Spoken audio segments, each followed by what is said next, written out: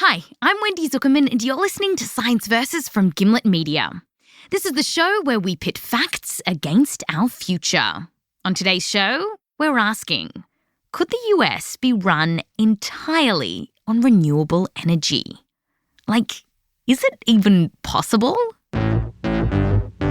So, just imagine a world where air is clean, where every car, instead of guzzling dirty petrol, is powered on electricity.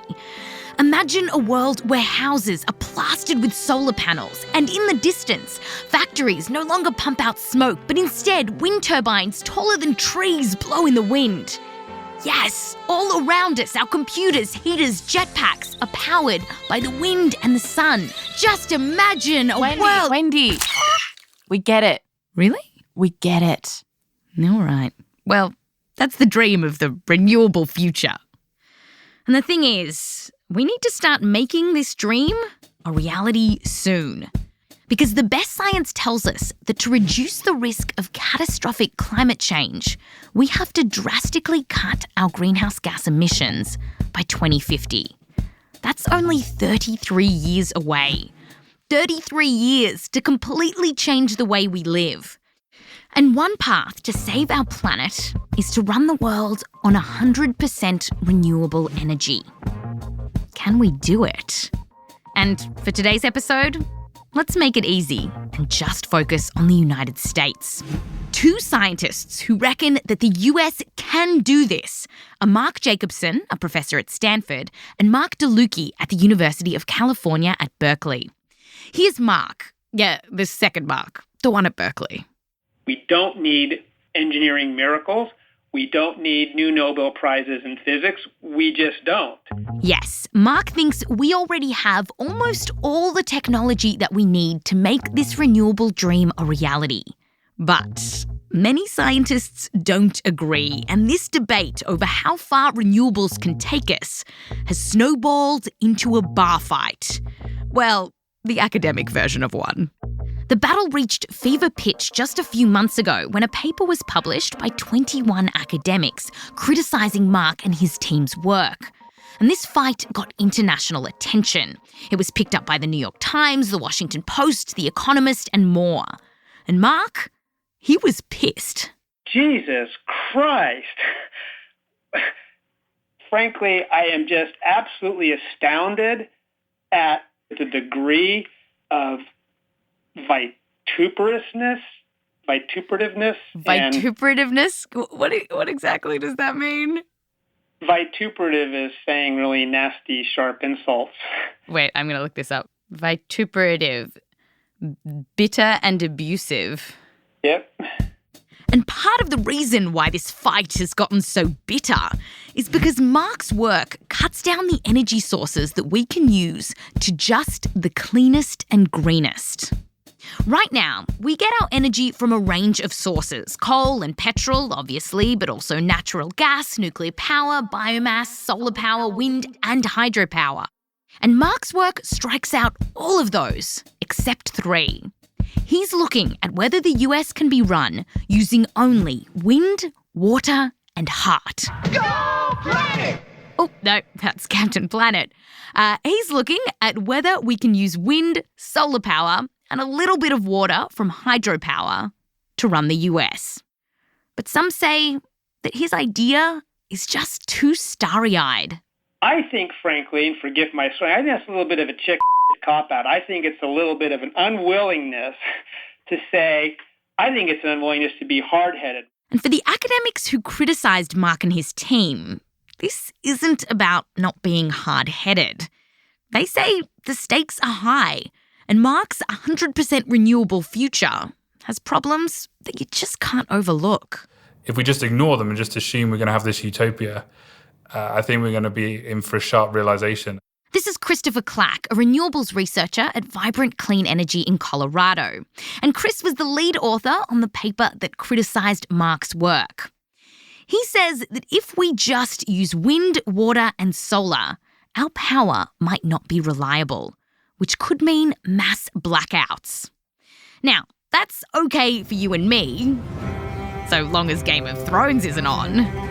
But it's a bit more difficult for hospitals who have ICU units to say you need to turn off for 8 hours. People tend to die when those things happen. And actually, just day to day, this is serious. Just even simple things like, we don't think about it, but if you want to run your water, if you want a drink of water, electricity has to be available because that's how you get water into your taps.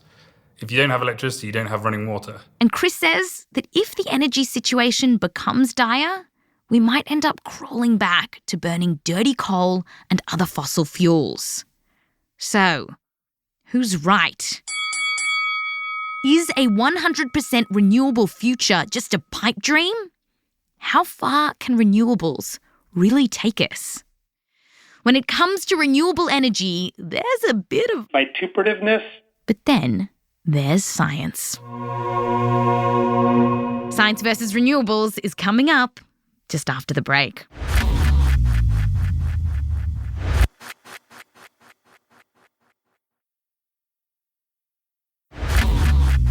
Welcome back. Today we're asking, how could the US be run entirely on renewables?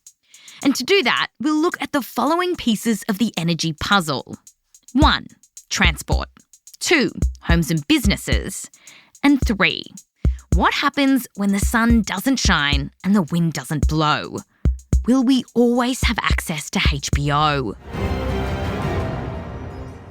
And our guide isn't someone in the vituperative debate. Instead, our referee will be David Connolly. Yeah, hey Wendy, how are things? Yeah, I can hear you, yeah. David worked for years gaming out how European nations could be run entirely on renewables when he was at Aalborg University in Denmark, one country that's leading the charge on renewable energy. He's now at the Irish Wind Energy Association, at home in Ireland. Now, David says that if we want to go 100% renewable, the task we have ahead is huge. I think the scale of that change is just so enormous that it impacts everything about what we do. It's just so fundamental from the very bottom to the very top. Right now, roughly 5% of America's energy comes from wind, solar and hydropower. Could we really bump that up to 100% in just 33 years? Okay, the race is on. Let's go. Here's what we need. To start us off, we need a lot of solar panels. But that doesn't mean that whole chunks of the countryside will be plastered with solar fields, because solar panels in the future might just become a part of the buildings around us. Maybe it won't look like a piece of, let's say, steel or glass sitting on top of the roof, but it might just look like any material in the roof. Yeah, scientists are working on solar panels that look like clear glass, and you can already buy solar roof tiles, which is pretty cool, huh? It's estimated that by 2050, we really could power millions of homes using just solar power. Next, we need wind turbines. Right now, there are around 50,000 in America, and we'd need to build hundreds of thousands of them. And a big report from a US Department of Energy lab couldn't see any insurmountable problems to building all those wind turbines by 2050. And the thing is, David has seen big changes in wind energy happen fast in Ireland. Just a few decades ago, there was practically no wind power. And now, it gives enough electricity to power almost 2 million homes, which is really impressive for a country of less than 5 million. The first thing that comes into my mind when I see them is progress and is innovation and is, change and good and positive. You get a sense of pride almost in humanity that we can do these things if we put our mind to them. Whoa. Okay, before we have too much pride in humanity. We need some global warming. It's freezing. Okay. So, say we build our solar panels and our wind turbines. What next? Well, they're going to create electricity. But the problem is that a lot of the stuff we use every day doesn't run on electricity. And that needs to change, which means we've got to electrify. It's electrifying. To To get a sense of what that would take, we're going to look at 4 areas sucking up a lot of power: transport, industry, homes, and businesses. Let's start with transport. That includes planes, trucks, and cars. And this is where around a third of carbon emissions in the US come from.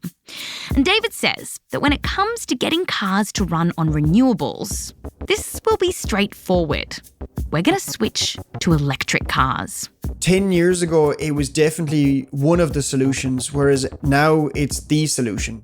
There's so much excitement about electric cars that just this year, the UK and France announced that they'd stop the sale of petrol and diesel cars by 2040. And in September, China started talking about the same thing. Now, if we're going to get to a 100% renewable future, we have to go even further and replace every single car in the US with an electric one. Right now, there are around 250 million cars on the road in the US, which could mean that in 30 years, we'll need some 300 million electric vehicles. Oh, and we've got to convert our petrol stations into stations that charge the car batteries. Whew! But still, for cars, we've got the technology to do this. Where things start to get tricky is here. It's powering trucks and planes using electricity. The problem with that is that these big guys are heavy, which means you need a big, heavy battery to power them. And this becomes a vicious cycle. You can imagine an airplane needs to be light in order to get it up off the ground and also to go over long distances. And as you put more batteries in the plane, it becomes heavier and heavier and heavier. But people are working on this. In the last couple of weeks, a company announced that they would try to power planes using battery for short flights, 2 hours or so. But still, they said that technology is about a decade away. And for flights longer than 2 hours, we're going to need a different solution. And one of them that has some scientists excited is using hydrogen. Here's how that can work. You split water to get hydrogen. So you're taking the H from H2O. And once you have that hydrogen, you can use it to create electricity. It's more complicated than that, but that's the basic idea. And hydrogen vehicles have been in pilot projects for some years now. But there are a few problems with it. According to a big, detailed report on California's energy future, hydrogen is, quote, very expensive, end quote. And storing hydrogen, they said, is not yet technically feasible. Plus, hydrogen is very explosive, which is pretty scary when you're talking about flying commercial passenger planes. But Mark Delucchi, our wind, water and solar guy, doesn't think hydrogen's as scary as it sounds. After all, he says, think about how people might have felt when the first gasoline cars were being developed. Who is ever going to want to be driving around sitting on the equivalent of 400 pounds of TNT? We managed. Gasoline has terrible risks. And in a 2012 report, the Intergovernmental Panel on Climate Change wrote that the big issue with hydrogen is cost, rather than technical feasibility. We can make a hydrogen plane that flies a whole bunch of people across the ocean. We can do it.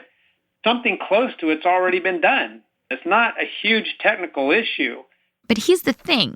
The closest we've gotten to a commercial hydrogen plane is a 4-seater that flew for just 10 minutes.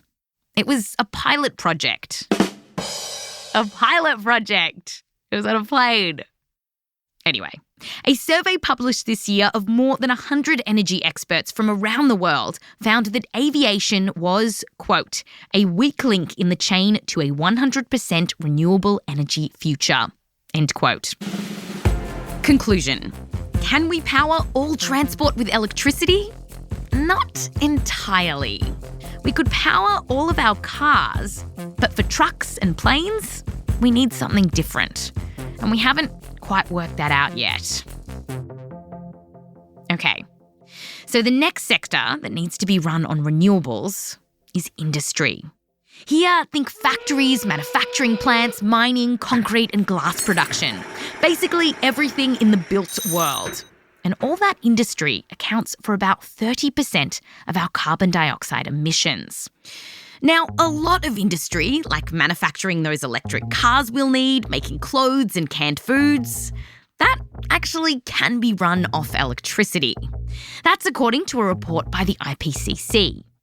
But they said that some industrial processes just need so much heat that it becomes really tricky to run them on electricity. So, for example, to create iron ore or steel, which, by the way, we'll need to make wind turbines, you need almost 3,000 degrees Fahrenheit. That's over 1,600 degrees Celsius for everyone outside America. Here's our referee, David. So to get to those extremely high temperature levels is really, really difficult for in some processes, and we don't simply have the technology we need using electricity as the fuel source to get there. And right now, burning fossil fuels is one of the only ways we know how to get those crazy high temperatures. But David said that those processes are still a relatively small part of industry. So maybe we don't have to sweat it so hard. Conclusion. When it comes to running industry on 100% renewables, we can go a long way. But we don't know how to do it all just yet. Let's take a look at the last piece of the puzzle that we'd need to convert to renewables. Businesses like banks, law firms and supermarkets, as well as our homes. According to the EPA, all of that pumps out just under 40% of US carbon dioxide emissions. And technically, we could run all of our lights and vacuum cleaners and computers on electricity powered by wind turbines and solar panels. And technically, we could convert all the gas stoves and the gas heaters that we have into electric. But here's the thing. When it comes to heating our houses using an electric heater, it can suck up a lot of power. So here's another idea. David reckons that we should use something called a heat pump, which looks a lot like an air conditioner. That's a device that uses electricity, as it's basically moving heat, you could say, from one area to another. And the key is that it does that really efficiently. Plus, good news. This technology is so well proven, you've probably got a similar device in your house right now. Have you ever noticed on the back of a fridge, you'll see a lot of coils and you'll hear a little hum off your fridge when it's turned on? Well, what your fridge is actually doing is it's taking the heat out of the fridge and putting it into your kitchen. Part of David's idea is that in cities there would be this huge centralised heat pump, and then that heat would be shuffled through hot pipes to each building using a system called district heating. And the IPCC is on board with this plan. And I know this sounds, it is a bit hard to fully grasp what is happening there, but I suppose the key point is just to let you know that this is not a new technology or a new idea. This is something that's mainstream in many countries. Conclusion. When it comes to businesses and homes, we have the technology to use 100% renewable energy to run our lights, our internet, and to warm us up. But the thing is, in Sweden and Denmark, where district heating and this kind of system is used, these countries aren't just relying on solar and wind power to then drive those heat pumps. They actually rely on biofuels and even some fossil fuels, which are not allowed in our perfect renewable future. So, the big question is, will we have enough power from the sun and the wind to warm up all of our houses across the US come winter? Because winter is coming. And what happens if the sun doesn't shine and the wind doesn't blow? Do we freeze? That big, big problem coming up after the break.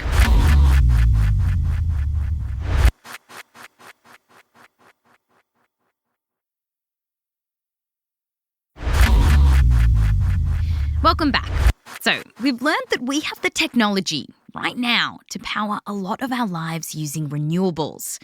With giant wind turbines and fields of solar panels, we could create a ton of electricity that could power our snazzy new electric cars. And we could convert our homes into efficient heat pump machines that get warmed and cooled by electricity. But there's one big crack in the 100% renewable dream. And that is this. What happens when the sun doesn't shine and the wind doesn't blow? Sure, we've still got water, hydropower, that third pillar of the renewable future. But even in Mark Delucchi and his team's work, that would only give us a fraction of the power that we need. You see, what's been so great about fossil fuels is that we can shove them in a barrel, leave them there, and burn them whenever we need them. Here's our referee, David Connolly. That has been an absolute gift for humanity in the last 150 years because it has meant that we could move energy around very easily. You know, in other words, we could just put the oil in barrels and ship it around the world. But with wind and solar? You can't tell the winds to blow when you want it to blow, or you can't tell the solar panel to produce electricity because when the sun doesn't shine. You can't put sunshine into a big barrel and leave it there. No, and you can't move it around quite as easily either. So we need something else. We need a way to store power for a rainy day. What about batteries? Well, there's one problem here. Money, money, money. Batteries are expensive, particularly the ingredients that make them, like lithium and copper. In fact, no academic that I spoke to thought that we could use batteries as the only thing to rely on when the wind and the sun aren't cooperating. Here's David. The price of that would be just far too large for anybody to realistically imagine it as a reasonable thing for people to do. Do you know by how much our electricity bill would go up? Like, is it doubling, tripling? All I can say is that it's such a high number that we've never gone to the effort of actually calculating it because it's just Right. it's like it's so beyond what we would propose as a realistic solution. Like, you might not be as big of a fan of renewable energy systems as you were before, I think, by the time you add all those numbers together. So, if money was no object, maybe we could use batteries to store a big chunk of power for the US. But because money is an object, we need another plan. In fact, we need to think of storage in a whole new light. Like, we need to think about a giant, smart power grid. Now, this means different things to different people, but the way we're going to talk about it is like a hypothetical giant grid that spans coast to coast, and it carefully shuffles power wherever it needs to go. And this grid would be supplied in a large part, or really completely, by renewable energy sources like wind, solar, and hydropower. So this means that if it's a windy day in the Great Plains, but it's cloudy in the Californian desert, you could send that wind over to the West Coast. Yes, that's right. Here's Mark Delucchi. You have probably high voltage power lines, and you might then be able to use solar energy output in the southwest of the U.S., California, Mojave Desert, to help balance the load over on the East Coast. Now, to work out whether we actually will have enough wind and solar power to keep our lights on and our HBO running, Mark and others use what are called models. Now, these look at how much energy we've used in the past to try to predict how much energy we'll use in the future. And this is complicated stuff because they also have to include the weather in their models. Now, that's because the weather affects how much energy we need. So, is it freezing outside? Is our heat going to be cranked up? Winter is here. But the weather also affects how much energy we're going to get from the sun and the wind. So, if we don't want any blackouts in the future, not for a single minute, these models ultimately need to predict how much energy we'll use and how much energy we'll have for every single minute in the future. And that's a big ask. And if they get it wrong, and it's night, and there's not enough wind power around, what are we going to do? There's never no wind across the entire U.S. But you can't, take all the West's wind, because then they need their wind power, right? It's not like it's free. It's all free for New York to take. Would there be a scenario where people are doing tug of war with the energy grid? Well, this is exactly where the need for backup comes in. It's because there could be scenarios, that's right, where you have to have backup capacity for individual days. And by backup, Mark means building extra wind turbines. But what happens if your backup is in a place where there's still no wind blowing? I mean, it is possible that, I suppose, that you could have a situation where just, even with your planned backup, that you planned wrong. But all of the analyses that I have seen suggest that that's unlikely, really unlikely at continental scales. One group from the University of Delaware modelled what a big grid could look like across 13 eastern states. And they analysed 4 years of data from 1999 to the end of 2002. Now, this team found that most of the time, using a little bit of battery and their enhanced grid, you could actually run these states on 100% renewable energy. But not always. There were a handful of times, often in summer, when they did have to go back to the fossil fuels. But still, when we asked our referee, David Connolly, about this idea of a giant grid, he just wasn't sure about it. After all, there's just so much uncertainty in these models. And if they're wrong, you just can't flip a switch to get more wind. You simply cannot call upon wind and solar to be there whenever you need it. You would be assuming that it's always windy or sunny somewhere. I have heard, though, that it's always sunny in Philadelphia. Okay. Yeah, you never know. So maybe that's the magic solution we've all been waiting for. If my culinary genius was to result in something like a Philly cheesesteak, I think I'd always see the sun shining as well. These were all the smartest scientists on the planet. Only problem is they kept being wrong. Conclusion. To power the US on just wind, water and solar power, we would probably need to create a giant grid connecting renewable energy sources from all over the United States. And even then, that might not be enough. But here's the thing. There are countries around the world that are committing to renewables. Denmark is aiming to be 100% renewable energy by 2050, and they think they can do it. But how? How are they solving these problems? Well, they're not restricting the tools they have to get that future to just wind, water and solar. Go play! They have a broader definition of renewables, and that includes things like biofuels. That's where you can take plants or even just manure and heat it up to make fuel. Now, the name, biofuels, sounds better for the environment than fossil fuels, and it is. But it's not perfect. For example, making and heating biofuels can still release some greenhouse gas into the air, which is the whole problem we're trying to avoid. But David says we still shouldn't rule it out entirely. We don't want to end up in the extreme situation where we're using nothing, because then we're missing the opportunity to use cheap, sustainable energy in the form of bioenergy. Ultimately, David says there's a middle ground here where we could use a little bit of biofuels when we have to.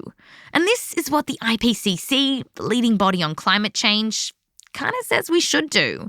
In their latest report, they wrote that to rein in climate change, we should consider biofuels, along with other things like nuclear energy, which emits no greenhouse gas when you use it to create power. We actually did a whole episode on nuclear energy and safety last season. You should check it out. And just quickly, there's one final thing we want to talk to you about. You. In this renewable future, we're going to have to be a lot more thoughtful about the way we use our energy. And that means we're going to need to change the way that we live. Right now, Americans use, on average, around 4 times more energy than your average person anywhere else in the world. But that can change. The power is yours. It's not crazy to imagine that your future house, which, by the way, can talk, will tell you that there isn't a lot of wind power, and so you need to stop charging your jetpack. We're the Planeteers. You can be one too. So, when it comes to science versus 100% renewables, does it stack up? With current technology, we could definitely ramp up our use of renewables. We could build solar panels and wind turbines to run a lot of America's power. Our houses could run on electricity fueled by the wind and the sun. And when it comes to electric cars, we have the technology. Now, the rest of the transportation sector, planes and trucks, as well as some industrial processes, they are a bit of a puzzle right now. Scientists are working on it. But the big question, will we have reliable power when the sun doesn't shine and the wind doesn't blow? Well, there's lots of debate about this. But if we broaden our renewable vision and we include biofuels and maybe even nuclear power, we could get pretty darn close. But for David, he wishes that right now we didn't get so bogged down in the details of a perfect renewable future. After all, America uses so little renewable power right now. Why not just bump that a bit up first? Or in other words, don't waste time trying to figure out what the finish line looks like if you haven't even started the race, because your first challenge is just to get moving. You go to a country like Denmark where over 40% of the electricity comes from wind power already today. Why could America not go to 40% in the future without having to get caught up in the details of what might work in 20 years or 30 years? David says there's just so many things we can do right now. We have so many wind turbines to build, solar panels to build, heat pumps to install, that we'll be more than busy enough in the next 10, 20 years to do all of that. With so much to do, why aren't we moving faster? Well, David says it's not the gaps in the technology that's holding us back. It's the lizard people. No, it's definitely not the lizard people. It's something else. The changes that we need in the next 20 or 30 or 40 years are so enormous that somebody is going to lose out and lose out badly. The people who sell oil, who sell gas, who sell coal, they're all going to lose out very badly if we move into a 100% renewable energy system. And that's why politically it can be very, very challenging to get policy to move. That's science versus renewable energy.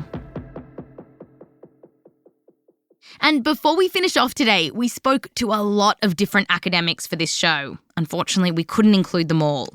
But in the mix, we spoke to Jim Sweeney, a professor at Stanford, and our senior producer, Kaitlyn Sawrey, asked him a kind of personal question. We wanted to share it with you. So I guess I have a question that kind of goes to optimism. So, like, if you were our age, would you have kids right now? Oh, absolutely. Absolutely. Wait a minute. Of course I'd have kids if I had it now. I'm not going to give up on the future because there's challenges. There's always been challenges. I was born during World War II. There were real challenges there too. My parents had children. I don't see that there's any reason for believing that we're all going to go to hell in a handbasket. We will have challenges. There's no doubt about it.